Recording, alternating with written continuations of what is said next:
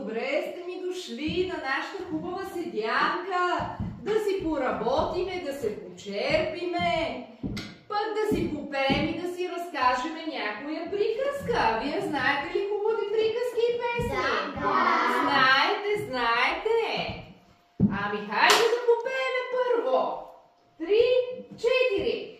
Седнало е Джоредо, седнало е Джоре.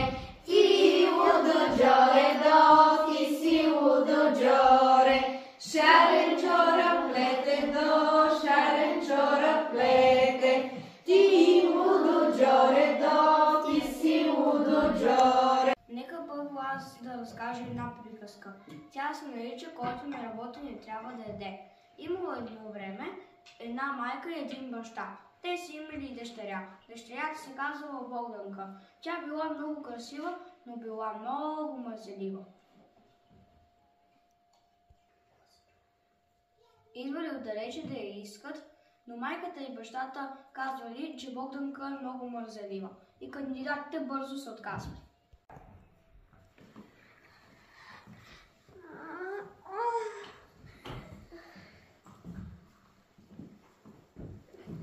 Данки, елата ми помогнеш да Чепкаме.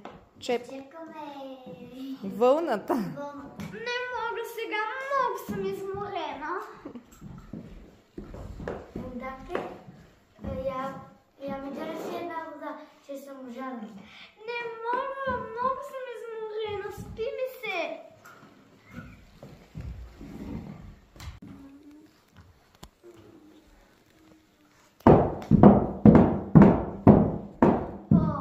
Пак идват да я искат. Заповядайте. Моят син е дошъл да ви даде, Да поиска. поиска дъщеря ви, защото тя е много красива. Тя е много красива, но е много мързелива. Нищо, че е мързелива. Ние знаем как да я научим да работи. И така те завели Богданка у дома, нагостили я и показали леглото й. Тя се наспала добре, но сутринта мъжът развекърът и заръчал. Богданке, ние ще отидем на нивата да работиме, а ти тук сготвиш чисти за обяд и за вечеря. Добре.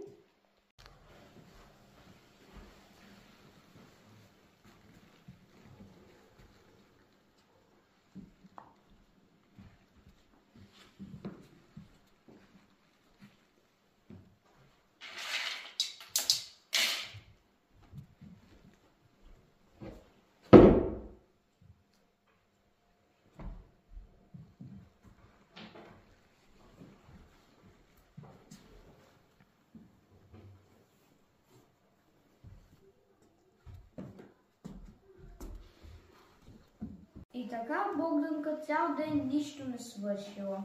Вечерта новото семейство се прибрало уморено.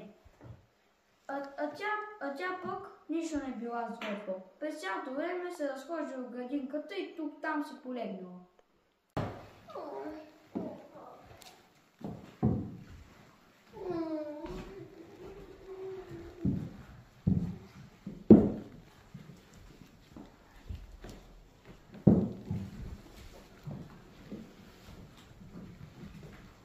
Богданке, да?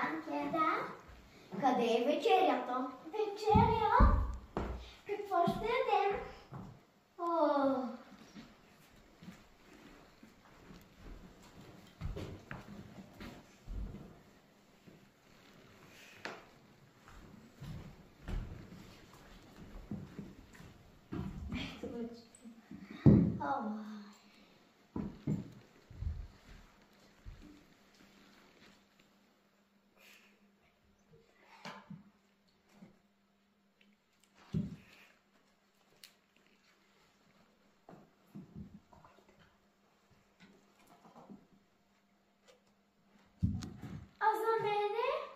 Който не работи в тази къща, не трябва да яде.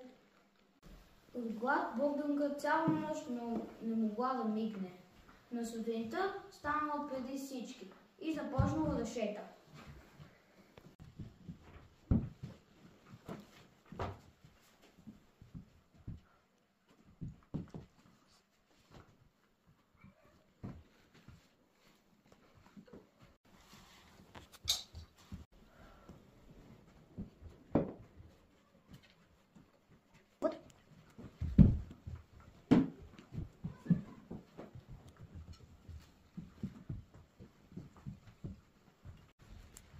Заповядайте, заповядайте.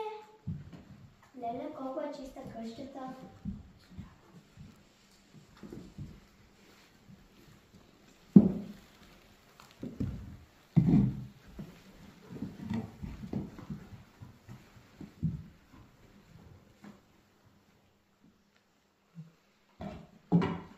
Хайде, време е да... Време за вечеря.